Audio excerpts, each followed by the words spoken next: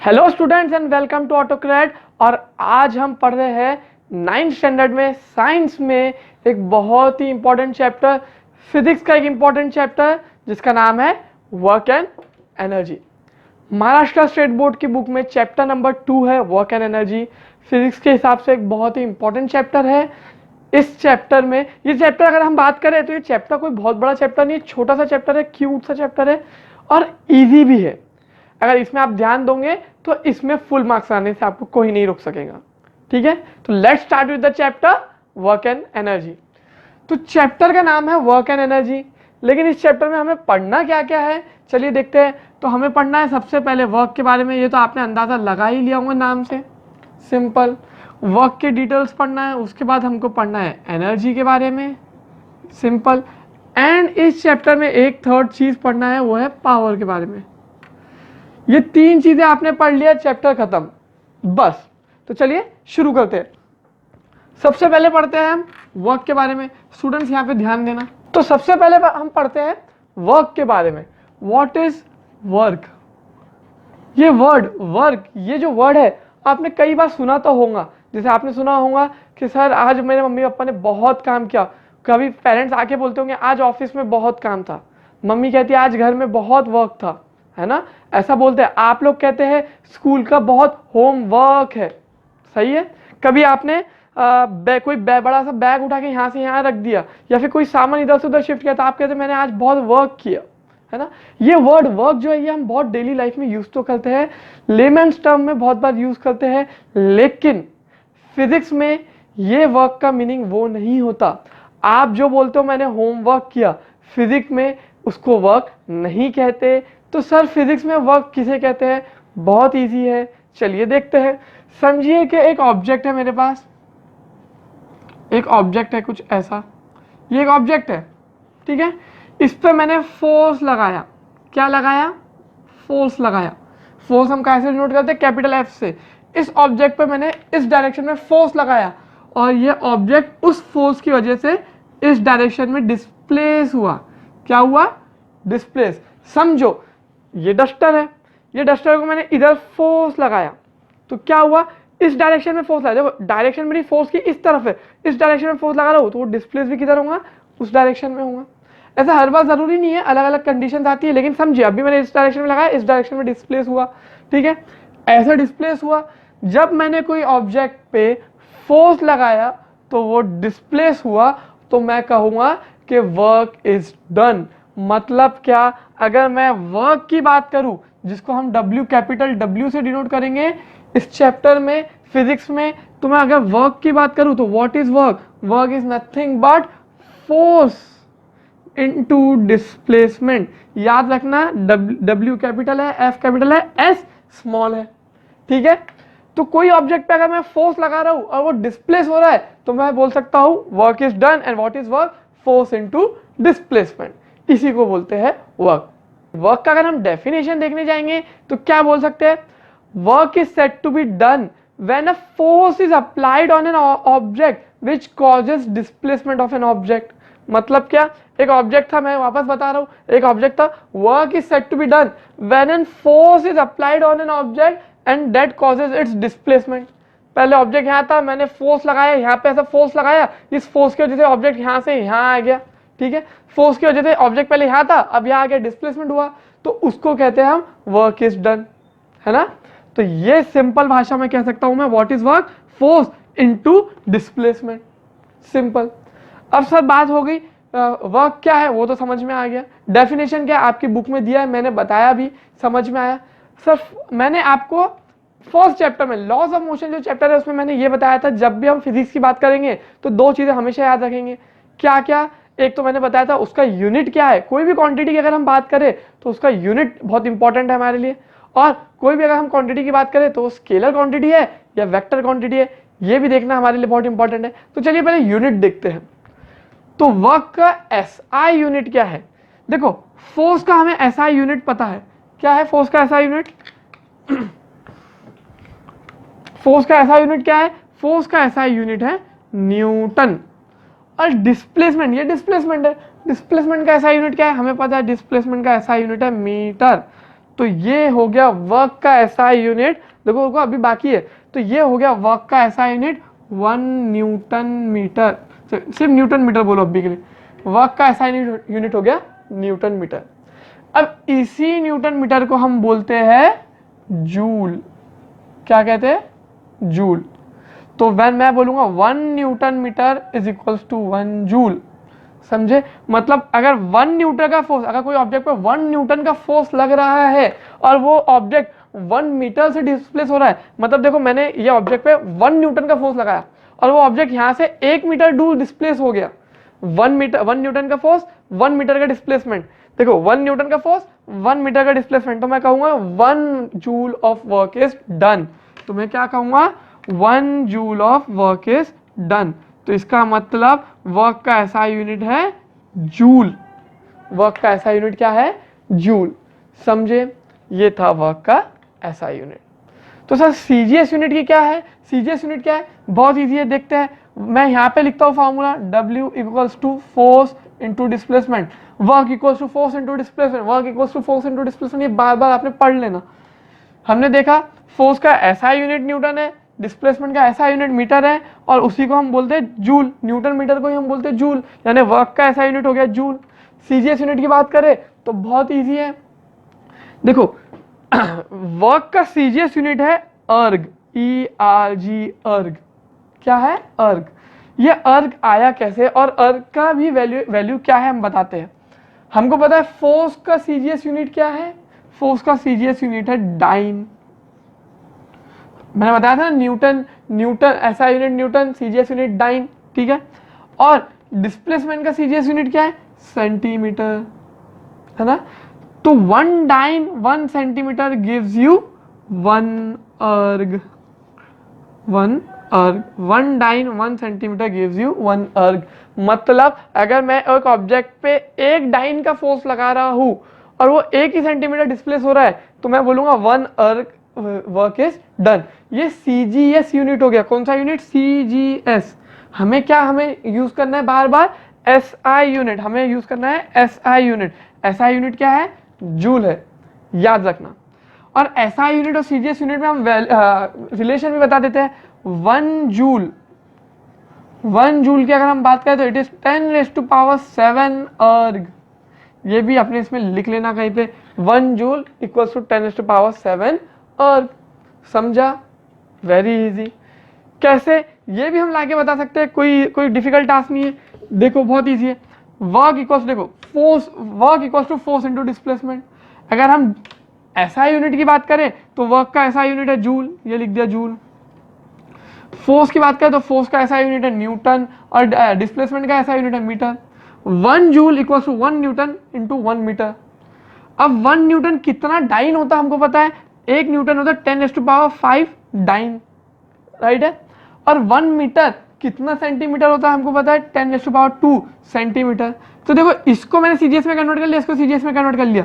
ये इसका मतलब 1 जूल, ये जो भी आया वो सीजीएस में आएगा। हमको पता है वर्क का सीजीएस यूनिट क्या है? अर्ग। तो 1 जूल इक्वल्स टू 10 और ये 2, सॉरी ये 5 और ये 2, ये क्या हो गया? 10⁻⁷ अर्ग हो गया। ये हो गया आपका एसआई और सीजीएस में रिलेशन, ठीक है। याद रखना फ्रेंड्स, वर्क का SI unit joule, CGS unit अर्ग। 1 जूल इक्वल्स टू 10⁻⁷ अर्ग। बहुत इजी कंसेप्ट है। चलिए आगे बढ़ते हैं वर्क के ऊपर ही। ये सब मैं आपको कॉपी करना है तो कॉपी कर लो, स्क्रीनशॉट ले लो अभी तुरंत और कॉपी करो। पॉज करो स्क्रीन को, स्क्रीनशॉट लो और कॉपी करो। चलिए बढ़ते हैं हम आगे वर्क के लिए। वर्क में और क्या पढ़ना है? हमें पढ़ना है positive work, negative work and zero work. बहुत इजी कंसेप्ट है, ध्यान दो। हाँ, वर्क पॉजिटिव भी हो सकता है, वर्क नेगेटिव भी हो सकता है और वर्क जीरो भी होता है। कैसे? चलिए देखते हैं। समझो, मैं एक एग्जांपल लेता हूं। पॉजिटिव वर्क की पहले बात करते हैं। पॉजिटिव वर्क कब कब रहेगा? पॉजिटिव, और वर्क को उसको पॉजिटिव कैसे बोलते हैं वो भी हम आगे जब फॉर्मूला डिराइव करेंगे वर्क का तब देखेंगे। पॉजिटिव वर्क, समझो एक ऑब्जेक्ट है, उस पर फोर्स इस डायरेक्शन में लग रही है, फोर्स इस डायरेक्शन में लग रही है और डिस्प्लेसमेंट भी सेम डायरेक्शन में हो रहा है। जिस डायरेक्शन में फोर्स लग रही है अगर उसी सेम डायरेक्शन में डिस्प्लेस हो रहा है तो हम बोलेंगे वर्क पॉजिटिव है। वर्क कैसा है? पॉजिटिव है। समझे? अगर डायरेक्शन ऑफ फोर्स और डायरेक्शन ऑफ डिस्प्लेसमेंट सेम है तो वर्क पॉजिटिव है, ठीक है। और एक कंडीशन है इसके साथ साथ, दूसरी कंडीशन क्या है, समझो बचपन में आप लोग खेलते थे ना खिलौने के साथ, एक छोटी सी गाड़ी लेते थे, कार लेते थे, कार में पहिए भी होते थे, उसमें ऐसा धागा बांधते थे और ये धागे को पकड़ के मस्त चलाते थे, इसको लेके चले हम। तो आप लोग क्या करते थे, ये ऐसे गाड़ी को मस्त यहाँ से ऐसे खींच रहे, देखो फोर्स लग रहा, अच्छे से लिखते हैं, फोर्स जो है वो इस डायरेक्शन में लग रहा और डिस्प्लेसमेंट हो रहा है इस डायरेक्शन में, दोनों के बीच में एक एंगल आ गया है ना, दोनों के बीच में एक एंगल आ गया। अब देखो फोर्स और डिस्प्लेसमेंट का डायरेक्शन सेम है क्या? नहीं, लेकिन ये एंगल अगर 90 से कम है, एंगल, इस एंगल को मैं बोलूंगा थीटा, अगर थीटा इज लेस देन 90 तो मैं कहूंगा कि फोर्स जो है वो पॉजिटिव फोर्स है, सॉरी वर्क जो है वो पॉजिटिव वर्क है। मतलब क्या, पॉजिटिव वर्क दो कंडीशंस में होता है, पहली कंडीशन फोर्स और डिस्प्लेसमेंट का डायरेक्शन सेम हो, दूसरी कंडीशन अगर फोर्स और डिस्प्लेसमेंट का डायरेक्शन सेम ना हो लेकिन उनके बीच में जो एंगल है वो 90 से अगर कम है, वो एंगल 90 से कम है यानी एक्यूट एंगल है तो पॉजिटिव वर्क। समझे? फोर्स और डिस्प्लेसमेंट का डायरेक्शन सेम तो पॉजिटिव वर्क, फोर्स और डिस्प्लेसमेंट के बीच में अगर 90 से कम एंगल है तो पॉजिटिव वर्क। तो सर नेगेटिव वर्क कब होता? बहुत ईजी है, वो भी देखते हैं। चलो नेगेटिव वर्क की बात करते हैं। नेगेटिव वर्क, उसका भी एग्जांपल देता हूं, डोंट वरी। नेगेटिव वर्क की अगर हम बात करें फ्रेंड्स तो बहुत ईजी है। देखो जब यहाँ पे फोर्स और डिस्प्लेसमेंट का डायरेक्शन सेम था तो पॉजिटिव हो रहा था। इसका मतलब फोर्स और डिस्प्लेसमेंट का अगर डायरेक्शन अपोजिट हो, फोर्स और डिस्प्लेसमेंट का डायरेक्शन अगर अपोजिट हो तो नेगेटिव वर्क होगा। ऑब्वियसली इसका उल्टा, जहां पॉजिटिव हो रहा था उसका उल्टा लूंगा तो नेगेटिव आएगा। फोर्स और डिस्प्लेसमेंट का डायरेक्शन सेम था इसलिए पॉजिटिव था, अब फोर्स और डिस्प्लेसमेंट का डायरेक्शन उल्टा हो गया, अपोजिट डायरेक्शन हो गया तो नेगेटिव वर्क आएगा। सर इसका एग्जांपल दो, ऐसे कैसे, फोर्स इस तरफ है और डिस्प्लेसमेंट इस तरफ हो रहा है, होता है फ्रिक्शनल फोर्स। एग्जांपल है, आप कोई ऑब्जेक्ट यहाँ पे देखो, ऑब्जेक्ट कोई यहाँ पे जा रहा है, उस पे ग्राउंड की वजह से फ्रिक्शन लग रहा है, फ्रिक्शनल फोर्स है, अपोजिट डायरेक्शन में रहता है ना फ्रिक्शनल फोर्स, तो work done by frictional force is negative. समझे? इसलिए ये एग्जांपल हो गया नेगेटिव वर्क का। अब मैंने कहा था एक एग्जांपल, जैसे ये मैंने कहा था फोर्स और डिस्प्लेसमेंट में अगर एंगल है और वो एंगल 90 से छोटा है यानी एक्यूट एंगल है तो पॉजिटिव वर्क है। तो यहाँ 90 से छोटा हो गया तो नेगेटिव कब होगा? 90 से बड़ा, यानी अगर एंगल ऑब्ट्यूज एंगल है तो work done will be negative work done. मतलब सर एग्जांपल बहुत इजी है, टेंशन लेने कोई बात नहीं, मैं हूं ना, एग्जांपल भी दूंगा, डोंट वरी। समझो एक स्लोप है, ढलान है, जिसको हम कहते हैं ढलान है, यहां से एक गाड़ी जा रही है इस तरफ, तो डिस्प्लेसमेंट का डायरेक्शन हो गया इस तरफ, ठीक है। और यहां पे कहीं आप खड़े हो और आपने क्या किया, रस्सी लगा के गाड़ी को खींचने की कोशिश की, आपने लगाया रस्सी और बोला मैं गाड़ी को खींचूंगा, तो आपका फोर्स का डायरेक्शन हो गया ये, फोर्स का डायरेक्शन हो गया ये और डिस्प्लेसमेंट का डायरेक्शन हो गया ये। तो अगर आप देखोगे तो फोर्स और डिस्प्लेसमेंट में एक एंगल है, एंगल तो है लेकिन वो एंगल जो है वो 90 से बड़ा है। थीटा कैसा है, अगर मैं इसको एंगल को थीटा बोलूं तो थीटा इज ग्रेटर देन 90, यानी ये एंगल ऑब्ट्यूज एंगल है। ऐसी कंडीशन में जो आप वर्क कर रहे हो वो नेगेटिव वर्क आएगा। समझे? पॉजिटिव वर्क और नेगेटिव वर्क। इसके बाद हम जीरो वर्क भी देखेंगे। एक बार वापस से थोड़ा सा रिवीजन लेते हैं, ध्यान दो स्टूडेंट्स, कोई टेंशन लेने वाली बात नहीं, बहुत ईजी है। फोर्स और डिस्प्लेसमेंट का डायरेक्शन सेम तो पॉजिटिव वर्क, फोर्स और डिस्प्लेसमेंट का डायरेक्शन अपोजिट तो नेगेटिव वर्क, ठीक है। फोर्स और डिस्प्लेसमेंट के बीच में अगर एक एंगल है और वो एंगल 90 से छोटा है तो पॉजिटिव वर्क, 90 से बड़ा है तो नेगेटिव वर्क। कितना इजी। तो सर आपके मन में एक सवाल आता होगा, सर अगर एंगल एग्जैक्टली 90 है तो क्या होगा? तो कुछ नहीं, बहुत इजी, अगर एंगल एग्जैक्टली 90 है तो हम उसको कहेंगे जीरो वर्क। क्या कहेंगे? जीरो वर्क, ठीक है। मैं एग्जांपल भी देता हूं, अगर फोर्स और डिस्प्लेसमेंट के बीच में एंगल एग्जैक्टली 90 है तो उसको कहेंगे हम zero work is done. Example समझो क्या है, देखो यहाँ पे समझो एक सन है, सन पता है ना, सूरज, और अर्थ उसके अराउंड रिवॉल्व हो रहा है, सही है। ये अर्थ हो रहा है उसके आगे रिवॉल्व। अर्थ रिवॉल्व क्यों हो रहा है? सन की ग्रेविटी की वजह से, ठीक है। तो सन की ग्रेविटी कहाँ उसको एक्ट कर रही है? सन की तरफ। तो फोर्स जो है, ग्रेविटेशनल फोर्स का डायरेक्शन किस तरफ हो गया? फोर्स का डायरेक्शन हो गया इस तरफ, ठीक है। और ये कौन सा फोर्स लग रहा है? सेंट्रीपिटल फोर्स की वजह से गोल घूम रहा है ना। तो हमें पता है सेंट्रीपिटल फोर्स में, मैंने पढ़ाया था, सेंट्रीपिटल फोर्स में डायरेक्शन, जब भी कोई ऑब्जेक्ट सर्कुलर मोशन में ट्रैवल करता है तो उसका डायरेक्शन एट एवरी पॉइंट कैसा रहता है? टेंजेंशियल रहता है, टेंजेंट के हिसाब से रहता है। तो यहाँ से इसका डायरेक्शन रहेगा ऐसा 90 डिग्री में। तो ये डायरेक्शन है 90 डिग्री, ये होगा डिस्प्लेसमेंट। हाँ मुझे पता है अर्थ ऐसा नहीं जा रहा है, अर्थ ऐसा गोल घूम रहा है, लेकिन एट एनी गिवन पॉइंट अगर हम उसका डायरेक्शन कंसीडर करेंगे तो डायरेक्शन इस तरफ है। फॉर एग्जांपल समझो, मैंने क्या किया, ये डस्टर लिया, ये डस्टर को मैंने रस्सी से बांध दिया और इसको गोल घुमाया, गोल घुमाया घुमाया, ऐसे ही गोल घूम रहा है। समझो एट एनी पॉइंट मैं ऐसा डस्टर गोल घूम रहा है, एट एनी पॉइंट इस पॉइंट में मैंने डस्टर को छोड़ दिया, तो डस्टर ऐसा जाएगा क्या? नहीं। अंदर मेरी तरफ गिरेगा कि जहां से फोर्स लग रही थी? नहीं। वो कहाँ जाएगा? जिस पॉइंट पे मैंने छोड़ा उससे स्ट्रेट। यानी अगर मैं डस्टर ऐसा घुमा रहा हूं और इस पॉइंट पे छोड़ा तो यहां से वो ऐसा स्ट्रेट जाएगा, यानी टेंजेंशियल जाएगा, है ना। तो इसलिए वो एंगल बनेगा 90 डिग्री। तो फोर्स और डिस्प्लेसमेंट में बीच में एंगल है 90 डिग्री, और ऐसी कंडीशन में हम कहेंगे work done is zero. Work done कितना है? अच्छा यहाँ लिखते हैं वर्क डन जो है वो है zero, zero work is done. मतलब क्या? जब एंगल इक्वल्स टू 90 डिग्री है तब हम कहेंगे work done is zero. Work में हमको एक छोटा टॉपिक और भी पढ़ना है, वर्क का फॉर्मूला डिराइव करना है, W equals to F S cos theta. उसके लिए हमको ट्रिग्नोमेट्रिक की थोड़ा सा पढ़ना पड़ेगा, तो वो हम नेक्स्ट लेक्चर में डिराइव करेंगे। वर्क में बस इतना ही था, एक छोटा सा टॉपिक बचा है। देखो कितनी आसानी से, कितनी जल्दी वर्क का टॉपिक खत्म भी हो गया, ठीक है। हमने क्या पढ़ा? अच्छा एक टॉपिक बचा है, ये कॉपी करना है, आप कॉपी करो, फिर मैं आपको एक टॉपिक पढ़ाता हूँ। इसको स्क्रीनशॉट लो, पॉज करो स्क्रीनशॉट लो और इसको कॉपी करो। चलिए बढ़ते हैं। ये तो हमने बात कर ली positive work, negative work, zero work की। हमने एसआई यूनिट की बात कर ली है कि वर्क का एसआई यूनिट है जूल, और सीजीएस यूनिट की बात कर ली है, वर्क का सीजीएस यूनिट है अर्क, और ये भी बता दिया 1 जूल इक्वल्स टू 10⁻⁷ अर्क।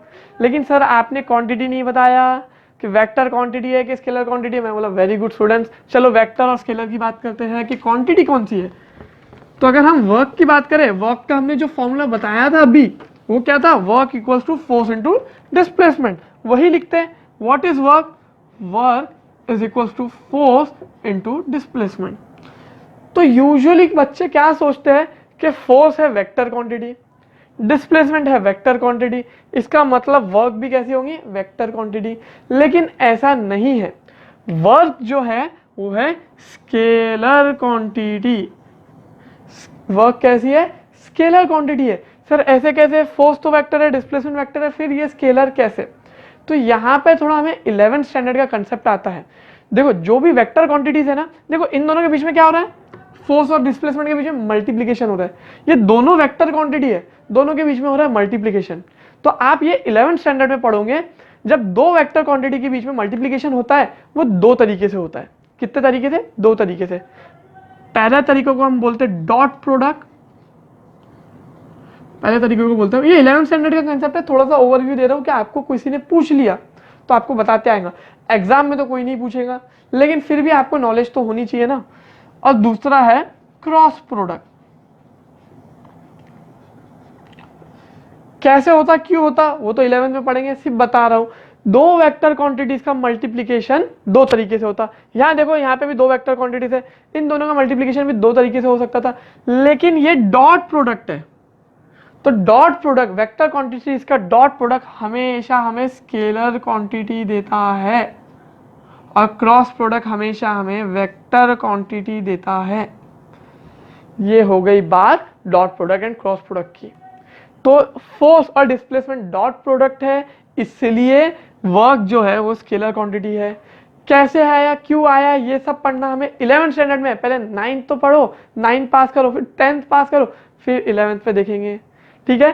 तो किसी ने अगर पूछ लिया, समझो तुम रास्ते से जा रहे थे और किसी ने रास्ते पे रुका के पूछ लिया, स्टूडेंट बताओ कि फोर्स वेक्टर क्वांटिटी है, डिस्प्लेसमेंट वेक्टर क्वांटिटी है, तो वर्क स्केलर कैसे? तो आप बोलोगे कि फोर्स वेक्टर है, डिस्प्लेसमेंट वेक्टर है और दोनों का डॉट प्रोडक्ट हो रहा है, इसलिए वर्क स्केलर क्वांटिटी है। और फिर उन्होंने किसी ने पूछ लिया, अगर आपको 9th स्टैंडर्ड में किसी ने पूछ लिया कि डॉट प्रोडक्ट क्या है, तो आप बोलना ये मुझे 2 साल बाद पूछना 11th स्टैंडर्ड में, क्योंकि अभी महाराष्ट्र स्टेट बोर्ड में हमारे सिलेबस में डॉट प्रोडक्ट नहीं है। चलिए स्टूडेंट्स, एक छोटा सा टॉपिक बचा है वर्क का, वो है वर्क का फॉर्मूला, उसको कैसे डिराइव करना। W = Fs cos theta, work = force into displacement into cos theta, वो हम नेक्स्ट लेक्चर में देखेंगे क्योंकि उसमें ट्रिग्नोमेट्री का थोड़ा यूज हो रहा है। आज के लिए बस इतना ही स्टूडेंट्स, वर्क हमने ऑलमोस्ट पूरा पढ़ लिया, फॉर्मूला डिराइव करना बाकी है, बाकी सब वर्क में जो जो पढ़ना था वो हमने पढ़ लिया। आपका एक होमवर्क है कि जितना मैंने पढ़ाया उतना आप चैप्टर में रीड करोगे, कोई डिफिकल्टी रहेंगी तो कमेंट सेक्शन में पूछोगे या मुझसे लाइव सेशन में पूछ लोगे। ठीक है स्टूडेंट्स, आज के लिए बस इतना ही। Students take care and good bye.